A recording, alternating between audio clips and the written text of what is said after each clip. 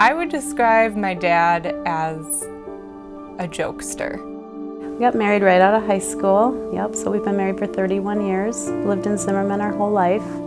When he started having pain up in his upper right side, it was kind of off and on, but after he ate, it seemed like it was worse. And he was literally on the floor in pain, curled up. They set me up for an emergency CT scan. They found a mass, and they thought it was diverticulitis. Not good, not bad.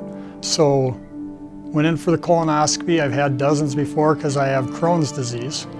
I came to, and the doctor, I've been so used to him saying everything looks good, he said, "You're full of cancer."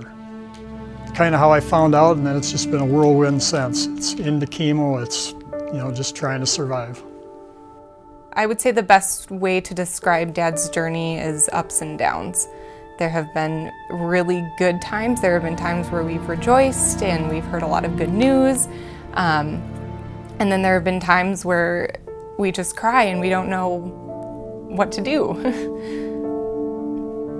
We just knew that the cancer was a lot in there. The surgeon told us that there was more cancer in there than he had seen 6 months prior. At the Coburn Cancer Center, our goal is to cure.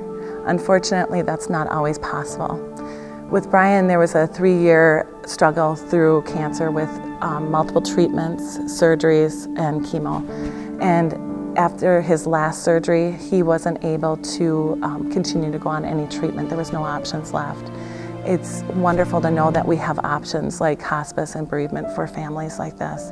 To be able to continue the quality of care that we have for patients, to just not even just stop at that point, but to continue to be able to offer them the hope and support and comfort that we want to give them. And at that meeting is when they brought up hospice.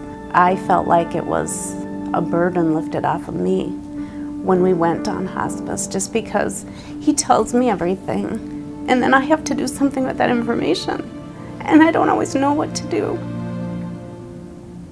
So now I have someone to call, no matter what time, day or night, so that helps.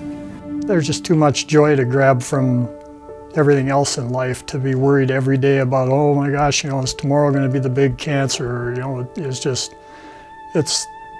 you can't live your life frightened either. You got to just go on and, you know, if it happens, deal with it when it does, but you can't live in fear of it. Brian passed away this summer after a long, courageous battle with cancer. And I worked with Brian and his family towards the end of his journey to help him and his family understand the dying process and what the needs were for Brian and his wife.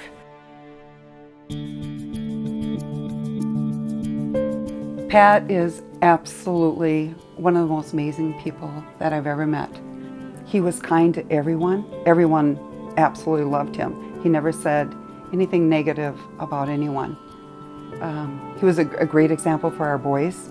Our boys, not only is it their father, but their best friend. It was the summer of 2011. We went to the ER, and they started doing the testing about 12:30 in the morning, and by 9:30 the doctor came in and told us that they were 90 to 95% sure that it was pancreatic cancer. I felt like my life was over. I was so destroyed and so heartbroken.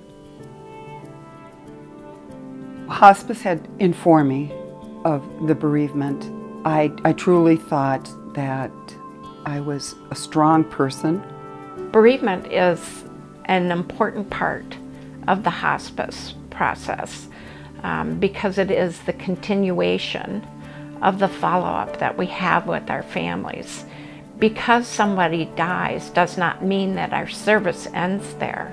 I believe this program is an extremely important program because our grief starts the moment the doctor says, you have pancreatic cancer. When we heard those words from the doctor, I felt like I was going to go through the center of the earth, right through the hospital floor. And Pat's comment to the doctor was, if this is God's will, I accept it. I was born into a good family. I have a good wife. I have 3 beautiful sons. I have 4 beautiful grandchildren. I've lived to 63 years old. How many people can say that? He said, I accept God's will. The medical team's there, the chaplains are there, our music therapist is there. But then we need to continue that healing process. What am I going to do with my life? How am I going to pick up these pieces? And who's going to help me? Through the years when friends, their spouses passed, you always say, I can't imagine what it's like. And you can't. You absolutely cannot imagine what it's like. There's no words in this language to describe how horrific it is and how heart-wrenching it is. It's like your heart's just pulled right out of your chest. God only gives us one day at a time, and to enjoy it, to live each day like it's your last, because one of these days it will be. And embrace everyone that you meet. Give everyone a smile, and to spread God's word.